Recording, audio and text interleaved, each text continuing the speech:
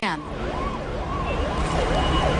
Well, Manita, we brought you pictures from the square behind me on Sunday night of jubilant crowds, tens of thousands of people celebrating the Muslim Brotherhood's victory in presidential elections. But we, nor anyone there, realised that a young British student journalist, Natasha Smith, was being subjected to the most horrendous sexual assault by a mob of men. She's now bravely decided to go public, and this is her story. Just hours after the Muslim Brotherhood's victory in Egypt's presidential election, we shoot jubilant crowds on a bridge near Tahrir Square, unaware that just a short distance away, a young British journalist was about to be savagely attacked. The young woman wanted to tell her story. I was in this weird detached state of mind, and I just kept saying, please God, please make it stop. Please God, please make it stop. Good afternoon, it's 4 o'clock. I'm Natasha Smith. Natasha Smith is a student at a journalism school in Britain. A documentary on women's rights in Egypt was to be her final college project and her first international assignment, but it quickly descended into hell.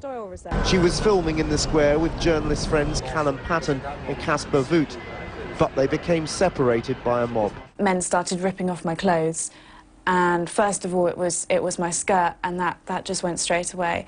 And I didn't even feel my underwear being removed, and then my shoes went, and then my clothes on my upper half were just ripped off me, and that was quite painful.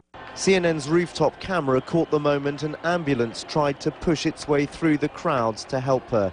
By this point, she was being sexually assaulted by dozens of men.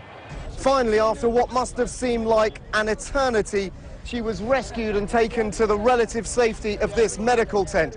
Her friend Callum thinks had the staff there not helped, she might not have survived her horrific ordeal. There were several moments at which I thought that she was going to die, and I think really the fact that we're all still alive, and especially Natasha is alive, is because there were so many people who were willing to help us and who risked their own lives and put them in direct danger to get her out of that situation. Inside the tent, a man helped disguise her with a full-length burqa and escorted her away from the mob. And I just had to pretend to be his wife and walk through the streets, and he just kept saying to me, don't cry, do not cry. If you cry, people will know. Eventually, she made it to this hospital, where she and Callum were met by British Embassy staff, who together with doctors have corroborated their account to CNN. There's been all this fuss because I'm British, and I'm young, and I'm a girl, but this is happening to women elsewhere constantly, and we don't hear about that. We don't hear about the stories of Egyptian women, or African women, or women across the world who will often suffer these attacks, and worse attacks, and there'll be no justice done. Natasha Smith is now back in the UK, her documentary on hold, but she defiantly insists she will return to Cairo to finish her work, in spite of her terrifying experience at the hands of a mob.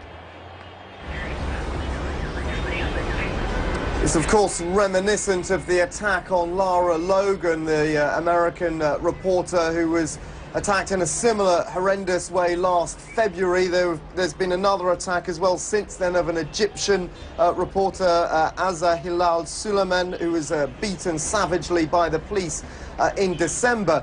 But from what we're gathering, these kinds of pack assaults by the mob here are happening often, widespread cases of this that go largely unreported. The police telling them, these women, that they shouldn't report it, it will bring shame on them and their family, and of course the perpetrators go unpunished. Manita? Dan, thank you for that. Dan Rivers reporting to us there from Cairo. And we'll be right back. Stay with us.